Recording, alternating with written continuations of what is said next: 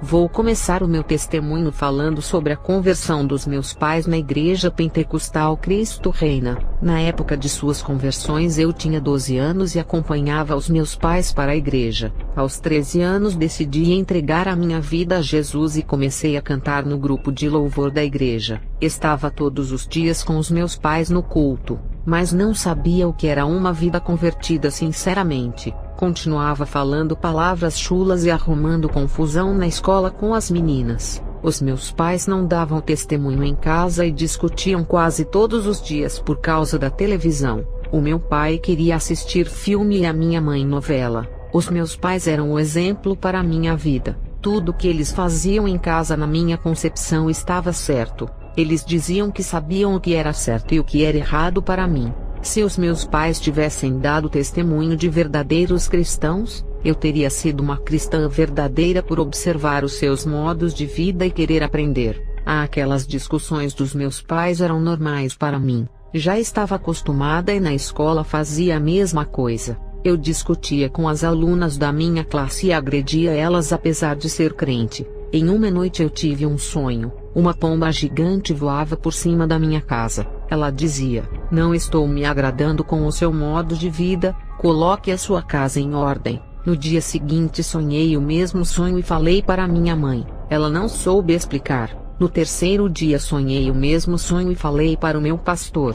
Ele disse que o Espírito Santo queria me usar e pedia um conserto. A igreja onde eu congregava era um ministério voltado para o louvor e adoração. Ter ensinamento era raro, e o pastor não era daqueles que cobrava santidade. Isso se refletia na vida dos meus pais e de toda a igreja. 3 anos se passaram, e eu com a minha família ainda congregávamos nessa igreja. Não houve mudança em mim, e não senti uma diferença. Eu era uma daquelas adolescentes ímpias. Antes de ir à igreja, se eu deixasse de ir à igreja ou parasse de fazer a obra, os membros e o pastor me chamariam de desviada. Mas a verdade é que nunca me converti, apenas era uma obreira participante da igreja. Eu estava andando na rua, e Deus usou uma mulher que não era da minha igreja. Onde eu congregava não tinha pessoas usadas daquela maneira. Aquela mulher se aproximou e disse: "Deus irá lhe fazer de atalaia dele." Estava com 3 anos de ministério e não sabia o que era conversão. Agora com 16 anos, as promessas de Deus chegaram para mim, e foi o que aconteceu. Eu ouvi uma voz suave quando estava no meu quarto. Eu fui ao encontro de Jesus que me esperava e entramos no inferno. Vi um homem rico que ardia no fogo. O Senhor Jesus mandou aquele homem dizer o porquê estava ali. Ele disse: "O meu dinheiro me prendeu nas coisas materiais. Quanto mais tinha, mais eu queria gastar com luxo, prazer e mulheres. Eu não tinha tempo de ir à igreja por causa do dinheiro que me trazia bem-estar. Viajava pelo mundo e nunca me lembrei de Deus. O dinheiro era mais importante para mim do que Jesus. O meu dinheiro me fez esquecer de Deus e impediu a minha salvação. Preferi a riqueza passageira da terra ao invés da riqueza celestial eterna. Não há esperança para quem desce a esse lugar." Contemplei no inferno o sistema carcerário que parece com celas de prisões das cadeias da terra. As almas são torturadas dentro de suas celas. Elas estão aguardando o juízo final, vivendo em dolorosa tortura. Jesus disse: "Serva, o pecado do mundo aprisiona as pessoas. Quem não sacrifica os desejos da carne e não matar o pecado que está na carne virá para esse lugar." Fale para os desviados que caíram na fé refletirem sobre as suas vidas, analisarem desde quando começaram a jornada e verem onde erraram e caíram para recomeçarem de onde pararam. No mundo há muita divisão entre cor, raça, povos, religiões, ricos, pobres, línguas e não há união entre eles. Em minha igreja não há união para me adorar. Até o inferno faz o seu papel de unir pobres com ricos e todos os povos, línguas e religiões. Todos estão unidos nesse lugar de tormento. Jesus me mostrou pessoas no inferno que endeusaram os seus dinheiros e bens materiais. Contemplei pessoas que tinham poder aquisitivo na terra e influências como presidentes, juízes, governadores, reis, rainhas, imperadores, bancários e empresários. Todos esses não ajudaram os pobres, e quando morreram não levaram nada, deixando tudo na terra. Esses foram esquecidos quando morreram. Tanto o rico como o pobre no inferno não existe superioridade. Todos esses homens deixaram os seus bens e as suas fortunas milionárias, e agora todos estão em um lugar de miséria eterna. Um deles gritou dizendo: eu daria toda a minha riqueza na terra para viver uma vida miserável lá. Eu queria voltar para a terra, e ser a pessoa mais desprezada lá do que ficar nesse lugar de tormento. Deixe-me voltar à terra e ser um mendigo comedor de lixo, mas não me deixe ficar aqui. Fale para as pessoas da terra não se apegarem ao dinheiro e ajudar aos pobres. Ao ver aquele homem implorando para voltar à terra foi tão triste. Eles se arrependem tarde demais. No inferno não há separação de classes entre ricos e pobres. Todos se misturam naquele lugar. Eu vi pobres, ricos, negros, pardos, brancos e morenos todos no mesmo lugar. Todas as religiões, culturas e línguas estão naquele lugar. Pessoas desde o tempo de Abraão e de várias épocas chegando até os nossos dias. Jesus me levou em um lugar no inferno onde vi um homem mendigo. Jesus disse: enviei o meu servo a esse homem, e todos os dias ele levava comida e suco. A palavra foi pregada, mas ele não quis entregar sua vida a mim e amanheceu morto por causa do frio. O cobertor que esse homem ganhou não foi o suficiente para lhe proteger do frio. O mendigo gritava e dizia: eu não mereço esse lugar por viver uma vida miserável na terra. Eu mereço o céu. Isso não é justo. Esse mendigo tentava se justificar que não merecia o inferno por viver uma vida pobre e miserável na terra. O Senhor me mostrou cristãos no inferno em vários tipos de prisões. Isso significava que não foram libertos. Eles se esqueceram de santificar as suas vidas olhando para as falhas dos outros. Eles diziam: a mulher do pastor não se santifica, então não precisamos nos santificar.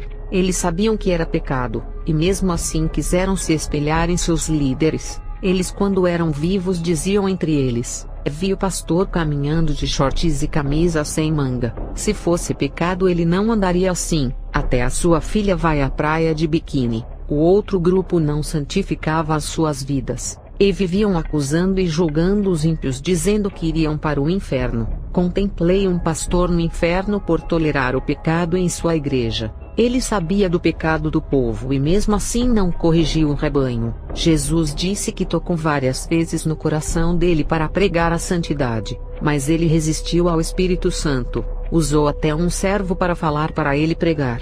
Ele não se arrependeu e não deu ouvidos, sendo rebelde, até que a paciência de Deus chegou ao limite. A morte tocou nele por escolher andar nas trevas rejeitando a verdade. Eu vi uma mulher no inferno que não se converteu a Jesus por enxergar defeitos em todas as igrejas. Ela andava em uma igreja muito liberal e se sentia envergonhada, pois dizia que o povo não havia se convertido por ser igual aos que estavam no mundo. Depois ela foi para uma igreja rígida e não suportou a doutrina. Ela disse que era doutrina de homens e que não precisava de tudo aquilo. Ela morreu sem assumir o compromisso da salvação. O tempo passou, a morte chegou e ela está no inferno. Jesus me mostrou cristãos no inferno que, ao invés de ajudarem os desviados a voltarem, condenavam eles, fazendo-os se afastarem mais do caminho de Jesus. Quando os desviados saíam da igreja, esses cristãos falavam mal deles e criticavam. Os desviados magoados nunca mais voltaram para o caminho de Jesus e prometeram nunca mais pisar os seus pés em qualquer igreja. Esses cristãos que fizeram isso estão no inferno.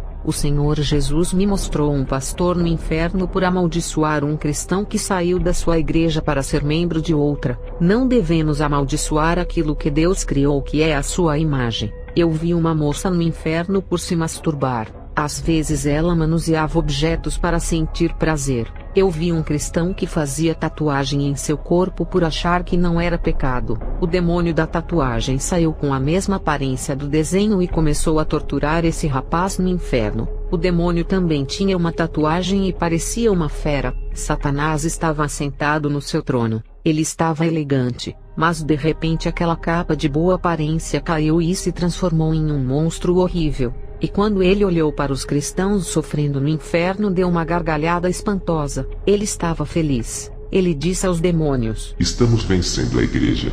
Veja a minha vitória. Olha quantos cristãos estão nesse lugar. São os nossos prêmios. A batalha para trazer essas almas foi difícil, mas conseguimos. Satanás deu ordem para um terrível demônio ir à igreja. O objetivo era trazer aquelas almas ao inferno. Um demônio feio de 3 metros se levantou e subiu à terra. O Senhor Jesus me mostrou cristãos no inferno por cometer pecados e ocultos sem ninguém saber.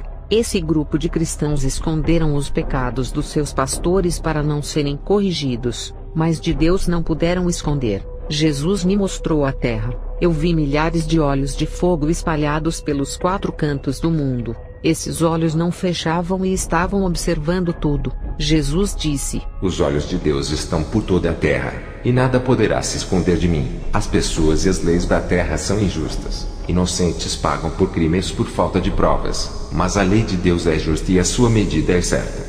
Jesus me mostrou o lugar dos falsos profetas e fundadores de seitas, e do outro lado desses fundadores eu vi milhões de pessoas que eles trouxeram ao inferno por causa das suas seitas. Essas pessoas amaldiçoavam os fundadores das seitas por terem jogado eles no inferno. Eu vi no inferno a profetisa Ellen White. Jesus disse: Ela está aqui nesse lugar por inventar heresias. Profetizou mentiras e ainda tinha ligação com os satanistas que ajudaram o seu ministério a crescer. Ainda ensinou os seus membros a guardarem o sábado pisando na minha graça. Aquele que quiser viver na lei que nunca peque. Foi para isso que eu fui sacrificado. Quem escolhe viver na lei, terá que se salvar por ela sem cometer nenhum pecado igual a mim. Todas as seitas que rejeitam a minha graça rasgam o contrato da nova aliança. Quem viver no contrato da velha aliança será amaldiçoado e irá para o inferno. Essa mulher que estás vendo mentiu dizendo que não existiu inferno e agora está nele. A semente que essa mulher plantou no passado ainda produzem desgraça e perdição aos que acreditam em seus ensinos. Eu vi como os demônios atormentavam aquela mulher. Quanto mais almas desciam ao inferno por causa do seu ensino, mais ela era atormentada. Desde a fundação da sua seita até agora, milhões de almas estão vindo para o inferno. Jesus disse: Testemunhem para mais almas para que venham a se salvar. Então subimos ao céu. Eu estava em um campo lindo cheio de flores. Um paraíso lindo com uma paisagem colorida, brilhosa e esplêndida. Uma cidade cheia murada de ouro puro e fino. Arquitetura celestial fantástica. O que o ímpio faria para morar nesse lugar? O anjo veio até a mim e Jesus nos deixou a sós. Chegou outro anjo com um livro na mão e parou de frente. O anjo abriu o livro e mostrou a data que eu me converti. Mas o meu nome estava apagado por não viver uma vida de acordo com a vontade de Deus. O anjo pegou outro livro diferente que era o da condenação. E quando vi meu nome ali eu comecei a chorar. O anjo disse: Todos os nomes que estão escritos naquele livro não herdarão a vida eterna.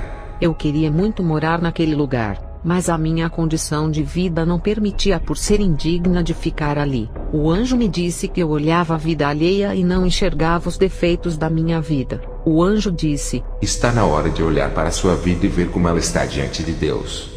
Vi um espelho de ouro cujo vidro não existe na terra que resplandecia. Aquele espelho espiritual apareceu diante de mim e revelou todos os meus pecados. O meu rosto estava cheio de rugas, e a minha aparência era de uma idosa. Eu queria remover aquelas rugas para melhorar a minha aparência. Fiquei preocupada pois só tinha 16 anos. O anjo disse: Não se preocupe, são as marcas da imperfeição do pecado. Embora seja jovem, o seu espírito é velho, e já está chegando a morte para ele.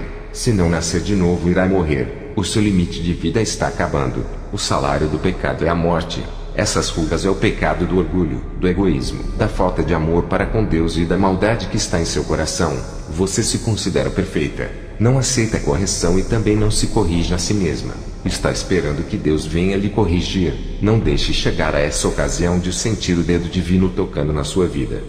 Eu disse para o anjo: Eu sou tão jovem para morrer. Irei primeiro do que os meus pais. O anjo disse: Para Deus a idade na terra não significa nada. O seu tempo de vida é medido no céu. A sua aparência espiritual é de uma idosa que já está quase morrendo.